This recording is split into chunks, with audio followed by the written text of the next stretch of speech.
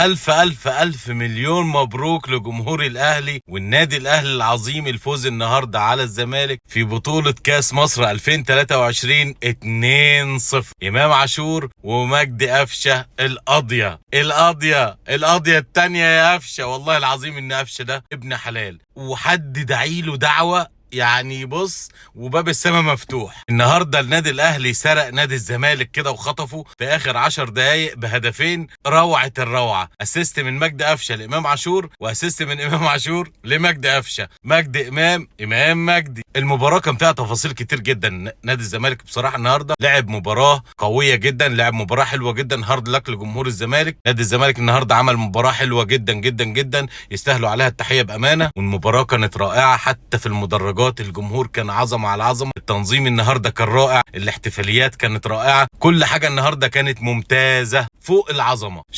شكرا للقائمين على التنظيم النهارده، شكرا لموسم الرياض، شكرا للمستشار تركي آل الشيخ على العظمه والروعه اللي طلعت بها المباراه النهارده. شكرا جماهير الكره المصريه، شكرا جماهير النادي الاهلي، شكرا جماهير نادي الزمالك، شكرا للفريقين النادي الاهلي والنادي الزمالك. عملتوا مباراه كويسه، ما كانتش على المستوى المطلوب من الاداء ولكن ما كانش فيها مشاكل، كانت الدنيا تمام. نادي الزمالك كان تقريبا ماسك المباراه في الشوطين، لكن الاهلي بخبره لاعبيه عرفوا ازاي يخلصوا المباراه. نص ملعب الزمالك النهارده كان كويس، لكن هجوم نادي الزمالك ما عرفش يخلص زي هجوم نادي الاهلي، وعرف يفنش المباراه او يخطف المباراه ويخطف الفوز. كمان النهارده خروج زيزو واصابته كانت مؤثره جدا لنادي الزمالك، نتمنى له يا رب الشفاء. زيزو من اللعيبه المهمه جدا للكره المصريه وللمنتخب مصر، وبصراحه هو لاعب محترم، فاحنا نتمنى له الخير ونتمنى له السلامه ان شاء الله رب العالمين.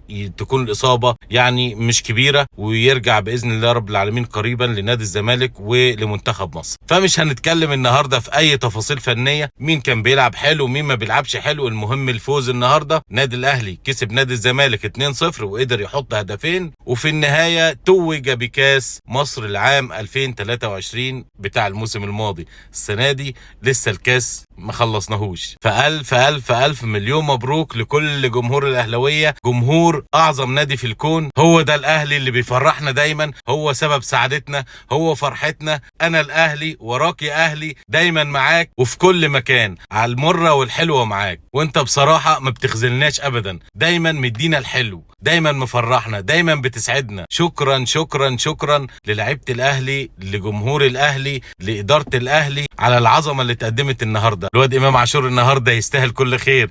امام عاشور في اول ديربي له مع الزمالك يحط هدف في الدقيقه 79، يعني خلاص باقي 10 دقايق والمباراه تنتهي، ويجي قفشه في الدقيقه 94 باقي 3 أو 4 دقايق على انتهاء المباراه يقول لا لازم اديهم قضيه، فيديهم القضيه كمان. فالقضيه الثانيه لقفشه في الزمالك في نهائي الكاس. الاولانيه كانت في نهائي دوري ابطال افريقيا، والنهارده في نهائي الكاس. قفشه يفضل بعيد ويرجع بقضيه، اكيد من جوه صافي الواد ده، يستاهل كل خير. كانت ليله عظيمه جدا، ليله ممتازه، ليله رائعه، كلها احتفاليات، كلها ترفيه. نتمنى ان الجمهور كله يكون حس بنفس الاحساس واستمتع بالمباراه واستمتع بالاجواء، حتى لو المباراه ما كانتش على المستوى الفني يعني اعظم حاجه، بس كانت اجواءها كلها عظيمه، واحنا اتبسطنا الحمد لله رب العالمين واسعدتونا. شكرا ليكم، ونشوفكم في مباريات تانية وبطولات ان شاء الله.